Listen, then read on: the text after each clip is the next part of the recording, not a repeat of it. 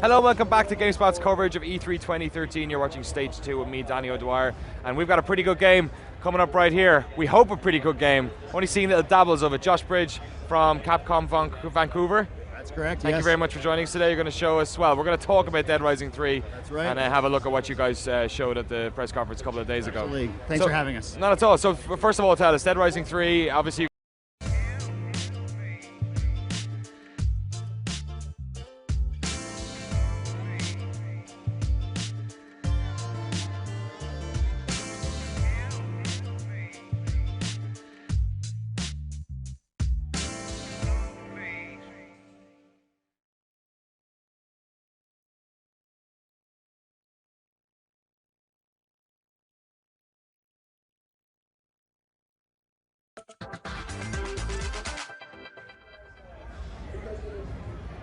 Hello, welcome back to GameSpot's coverage of E3 2013. You're watching Stage 2 with me, Danny O'Dwyer, and we've got a pretty good game coming up right here. We hope a pretty good game. Only seen little dabbles of it. Josh Bridge from Capcom Vancouver. That's correct, Thank you very much for joining us today. You're going to show us, well, we're going to talk about Dead Rising 3. That's right. And have a look at what you guys showed at the press conference a couple of days Absolutely. ago. Thanks for having us. Not at all. So first of all, tell us, Dead Rising 3, obviously you guys are taking it in it seems to be taking it in a slightly different direction to Dead Rising 2. Just set up, what are we talking? What protagonist, what city, what's happening? Yeah, this takes place 10 years after Dead Rising 2.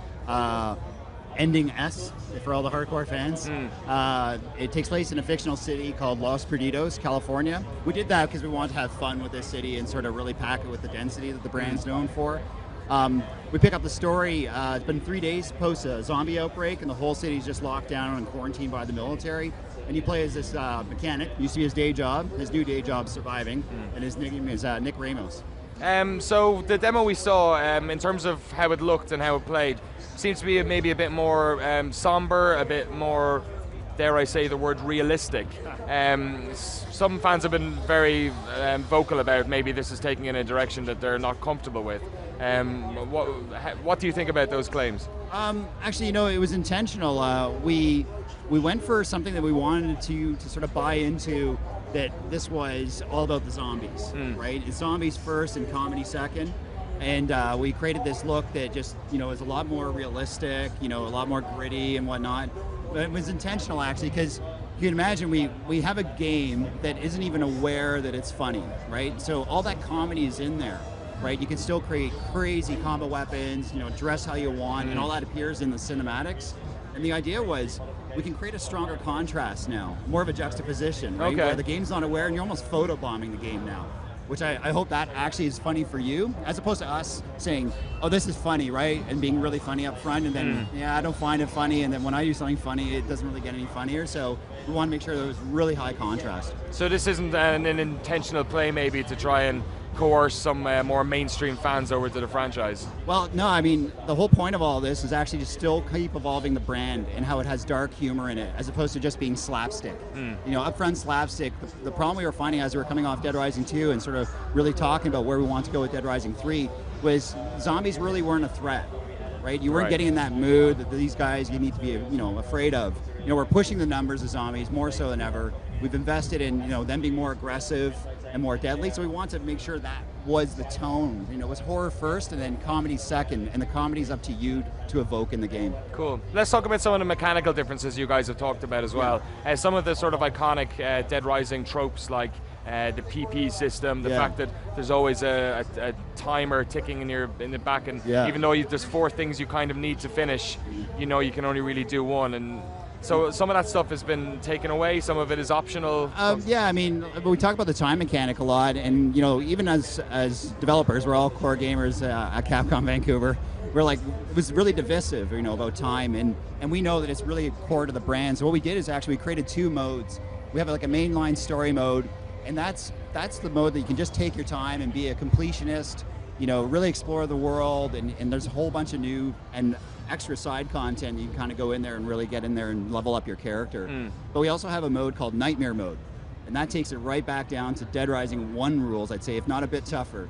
Time is going to be urging you along. You have to stay on schedule and stay on track, and in that mode you can only save in washrooms. right? So it really takes it back to classic mode, and you can. So can you save presumably anywhere or in the mainline mode, both sharing the same story, and we still have multiple endings and all the hallmarks of Dead Rising. The mainline story mode just does saving automatically for you, right?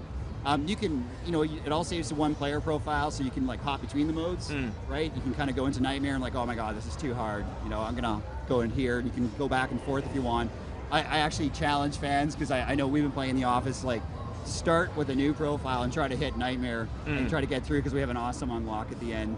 But you know what? It's like, I really love the leveling system now. We went further with leveling. It used to be automatic leveling. Yeah. We want to customize our character. A big part of the game is creative expression. Play how you want. So you can earn all these experience points. Our experience points are called PP, prestige points. And you can set them all up onto different attributes and really go over the top. And if you can max out your level and really go all the way to level 50 across these attributes, you can just basically make the game almost completely absurd, right? And really go over the top. And I hope, that veneer that we have of that, darker tone, I hope that evokes something hilarious for you that you discovered, and I hope you guys share vids of that. Cool. Let's talk a bit about the graphics in it. It looks obviously a little bit more starker. We were looking at a kind of a sunset view in the footage. In fact, if we can bring that up, that'll be awesome. High contrast. What was the feeling behind that? It kind of even has a look of perhaps The Walking Dead, if you want to be reductive in that way. We wanted to take it back to sort of like a classic zombie sort of feel. Even Dead Rising 1 had a lot darker look to it, and when we took the helm and developed Dead Rising 2, we started taking it in a really bright and colorful, fun way. And and that really worked for Dead Rising 2 in that setting in Fortune City, right? Just sort of this Las Vegas-inspired world. But this time we're going to the city of Los Perdidos, and we're post-outbreak, so we want to really get that feeling across that it was just freshly, just gone into, hell in a handbasket. So we still have a lot of variety in the world, and what we showed on stage was just like one of our 4 major districts. This is a bit more of a rundown area, a lot more dilapidated, even prior to the outbreak. But we have a whole collection of all the kaleidoscope of all these sort of takes on SoCal, like LA-inspired world, right? So you have like a Beverly Hills sort of inspired area, a Venice Beach boardwalk, and that contrast is awesome. You still have those stores selling like kids' toys with like, it's fun music, and then right outside is horror. So is the campaign, is it as open as it was? Is there a degree of linearity this time around?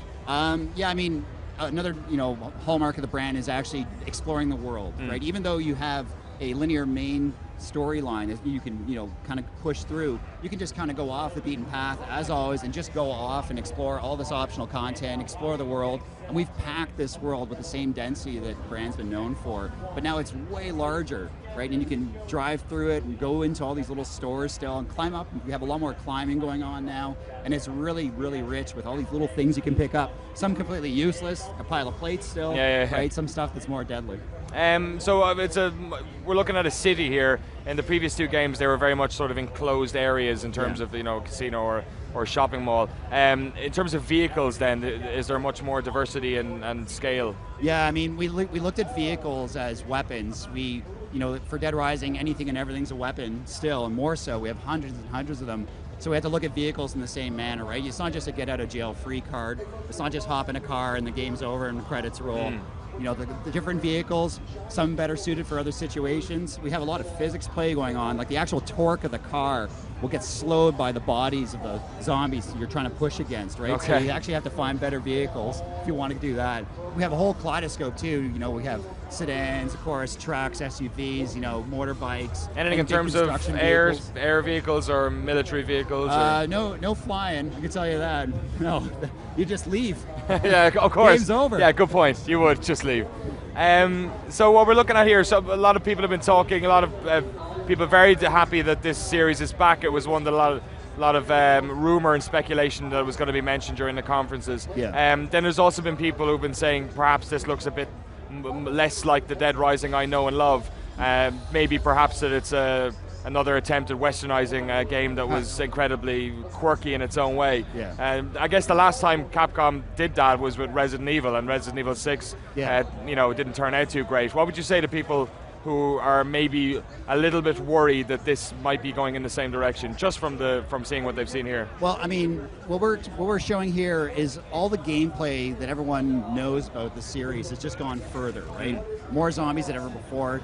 A lot more dynamic, like those guys catching on fire. That just so happens because the zombie was just walking by a fire and caught on fire. All the weapon customization, all of it is still there and going bigger than ever. The attempt to make it look more gritty has nothing to do with like we're westernizing it. It's purely all getting back to, we want to actually tell the funniest jokes for you to find, right? So we want to make sure there's still that contrast that you can, if you evoke a ridiculous outfit, like, let's say a banana hammock, or I like to call it the canary smuggler. We have one in the office. You throw one of those on, and you're running around this world, right? You can just imagine it just looks even more absurd than ever. Right here as well, we see the sledge saw being created. Obviously, he's able to create them now on the fly. Yeah. What other is the combinations of weapons in ridiculous ways? Is that still a prime focus in Dead Rising 3? Yeah, I mean, creating combat weapons. We invested even more in that because we just look at it as a way you want to customize how you play, right? It's a sandbox, it's a toy. We all kind of are like little kids, and we just want to have a whole bunch of different options to play and sort of imagine your own scenarios. So we've gone further with combat weapons, outside of obviously, combining them anywhere. You can have all these different combinations, and you can start leveling up your character, and you're not even limited. Eventually, you're not even limited to just specific ingredients. You can start widening the pool and actually start creating, almost any type of combo mix and match without having to rely on that blueprint alone. So basically, the deeper you play in the game, the further you go along, the more and more ridiculous it gets. Well, we're seeing here some new elements, obviously, because we're now in a city. It kind of changes the roadmap quite a bit. Interacting there with the car, can the zombies pull you out of the car in that situation? Yeah, I mean, they actually really, you can see them, they attack and they hang off and they try to choke you. Actually, one of the things we're finding was really awesome, with the amount of fidelity we can push now being on Xbox One, is just like all those zombies actually affect the steering when you hit them, and when they hang off the car, they affect your ability to drive. You have to like scrape them off or try to swerve and get them off. So that's why we want to make sure it was like a feeling of a weapon, right? That you just weren't safe in there. You still had to fight, essentially, right? Power slide through them, do donuts. Is there any talk about co-op or multiplayer in Dead Rising 3? Yeah, we still have co-op. It's a big part of the experience for us. I love sharing in it. We have 2 players, hop in, hop out online. You play as a unique character this time around. And also we evolved it further that, even if you're a client, doesn't matter if you're client or host, both of you get story safe progress as you go along. So I want to make sure you just weren't a PP farmer, right? You can actually just hop in and actually get value. PP farming, very good. I like PP farming. Going to throw the coveralls on, rake a bit. We saw just at the end there as well in the demo, there was a situation where a colleague was using a Microsoft Surface and called in the airstrike. Is there any of that functionality that's available on the Surface that won't be available in game? Yeah, actually, there's a lot of exclusive features just for Smart Class. It's funny, when we showed an everyday mechanic calling it an airstrike, even that juxtaposition is ridiculous. There's a story behind it. There's actually a voice coming out of that thing. It's a unique character. He's caught up in another part of the world, locked down. He doesn't even know what he's doing, looking at some military control panel, and he's helping you, and you're working together. If you don't have it connected, you can totally play the whole game, you can get the whole story, but if you actually have it connected, you'll actually hear the voice coming out of the device, and I totally kid out. I love hearing the voice and seeing some missions, and you get unique missions. Complete those missions, and it makes your phone look like this weird military sort of app device, and then you can start calling in like things like an airstrike, and you're just sort of diverting it over to you. There's a whole bunch of other stuff we were showing today, like drone strikes coming by and just lighting it up. And I love it, actually, just like throwing it next to me. You have it on speakerphone, right? And you can hear the voice coming out. You get all these little unique little gameplay experiences just right there. Awesome. Obviously, this game is coming out on Xbox One. That's right. It's a massive game for Microsoft to have an exclusive deal for again. Yeah, we're really, really happy to be back with Microsoft and doing this day one launch and exclusive to Xbox One. Dead Rising, I always felt, was one of those games that had an initial fever to it, like in terms of people wanting to play it. Yeah. And then sort of word of mouth caught around, and people kind of gave copies of them to their buddies and stuff. Obviously, you guys are launching on Xbox One, so that's not possible. People being able to share with their friends. Do you think that would in any way inhibit people getting into the Dead Rising experience? I hope not. I mean, I hope everything we're showing is getting folks really excited. We're super stoked what we've been able to show here today. The reaction from everyone has just been huge. It's been great to share it with the team back home. is just like massive. I just can't believe how excited folks are. Awesome. So obviously we've just seen a little teaser of Dead Rising 3. Fans are chomping at the bit, no pun intended, yes. To see more about the game. So when about are we going to see more about more of Dead Rising 3? Pretty soon. We're going to be showing more and more, and we're showing a lot more than we showed on stage already here at E3. Awesome. Josh, thank you very much for coming along and showing that game. We're really looking forward to playing it. Totally appreciate it. Thanks. We got loads more stuff coming up here on GameSpot's Stage 2 right here at E3, and I believe next coming up is an exclusive first look at Fable Anniversary, so stick around.